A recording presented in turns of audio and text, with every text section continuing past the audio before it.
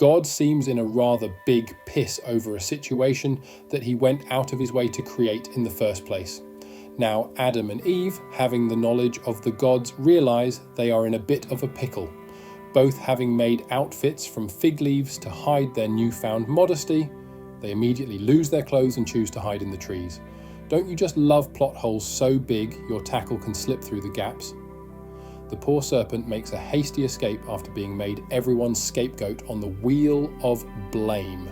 It slithers off into the garden to become a very successful created creature. Not feeding on God's lies, it instead evolves to hunt in virtually every possible environmental niche. Almost exactly like the serpent has received some kind of backhanded blessing in disguise. But we don't jump to coincidental conclusions, do we? Anyways, we now move on to God's hideous reaction after the entrapment of Adam and Eve. Click like and subscribe to join me while I expose the claims of the Bible, and then together we can make it better. Genesis 3, 16 through 24, 16. Unto the woman he said, I will greatly multiply thy sorrow and thy conception. In sorrow thou shalt bring forth children, and thy desire shall be to thy husband, and he shall rule over thee. 17. And unto Adam he said, Because thou hast hearkened unto the voice of thy wife, and hast eaten of the tree of which I commanded thee, saying, Thou shalt not eat of it.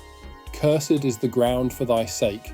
In sorrow shalt thou eat of it all the days of thy life. 18.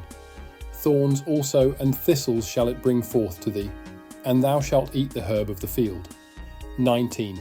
In the sweat of thy face shalt thou eat bread, till thou return unto the ground. For out of it wast thou taken, for dust thou art, and unto dust shalt thou return. 20.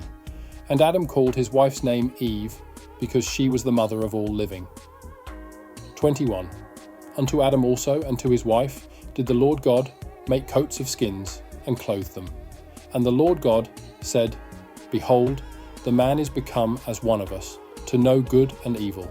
And now, lest he put forth his hand, and take also of the tree of life, and eat, and live forever. 23. Therefore the Lord God sent him forth from the Garden of Eden, to till the ground from whence he was taken. 24. So he drove out the man, and he placed at the east of the Garden of Eden cherubims, and a flaming sword, which turned every way to keep the way of the tree of life. OMG, what an ass! I have investigated the interpretation of this text, and it is just appalling. God curses Eve, the result being all women on earth are plagued with the pain of childbirth. Plus, women are forced to be subservient to male dominance. But it isn't that simple. The result is human suffering on a level of unsurpassed evil. With this punishment, we have birth defects, miscarriages, trapped infants, bleeding out, events comparable with torture. In the Iron Age, the level of infant and mother mortality was staggering. Oh, what a loving God. I don't read it entirely that way myself. It says, I will greatly multiply thy sorrow and thy conception. These are two separate terms. The first, sorrow, just seems an overall downer of women in general, and the subsequent conception isn't labour, it is fertilisation. I think the celibate scribes blindly guessed about how procreation works, and they got it wrong by 9 months. And women do not give birth in sorrow. It is not an experience of loss or disappointment, but pain, yes. That is a totally different noun. Finally, man at this time had a very low regard for women and put pen to parchment in order to keep control over them. The gaslighting of women has begun. God curses the ground, and Adam will now require to eat of the earth to survive. But he was eating before. What would be the point if you are immortal? Just pleasure, I guess. Genesis 1:31 implies a perfect creation. How perfect was it with God forgetting Adam's needs? And what of the hundreds of millions of creatures who died for no apparent reason, as man didn't even observe this 99% of life vanishing?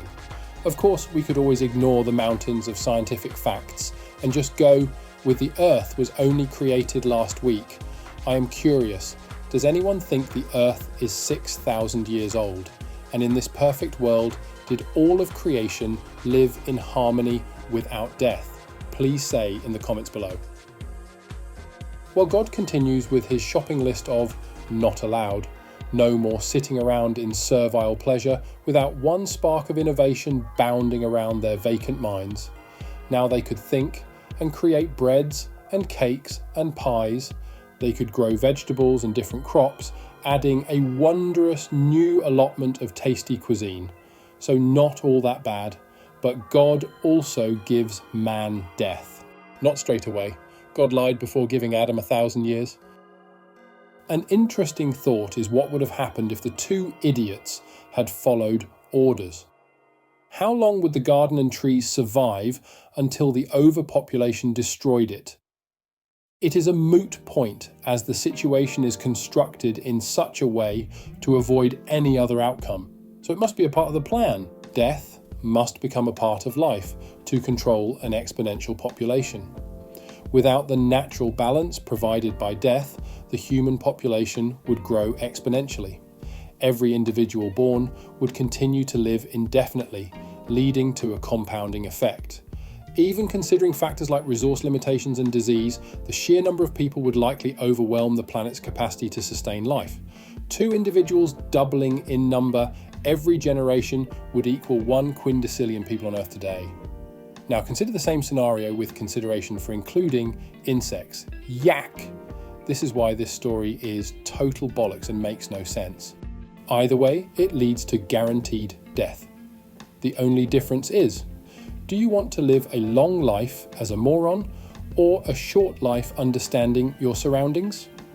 Oops, false dichotomy. As I look about the globe today, it appears a great deal of apple-eating offspring are also morons. Anyways, God evicts his tenants from the garden and leaves a lower-ranking angelic security guard minding the door against re-entry. So where is this garden with special trees today? Surely if God is protecting it, he would not let it be destroyed now, would he? Or will God change his omniscient mind? The final point. And the Lord God said, "Behold, the man is become as one of us." One of us. Who is God referring to? No doubt this is a leftover from plagiarizing previous polytheist pantheons of gods. A biblical copy-paste error. New book of Genesis, 3:16 through 24. God, feeling a bit bad about the whole tree thing, apologizes to Adam and Eve. "Sorry about the stupid tree placement," he said, "and for being a bit of a jerk to women, and hey, my bad about the whole death thing too. It was a bit of a miscalculation." Adam and Eve just look at each other. "Well," Adam said, "at least we've got these awesome new clothes made of skin. Thanks God. Tell you what, Adam, and especially Eve, I am a caring and good God, and I forgive you for my mistake."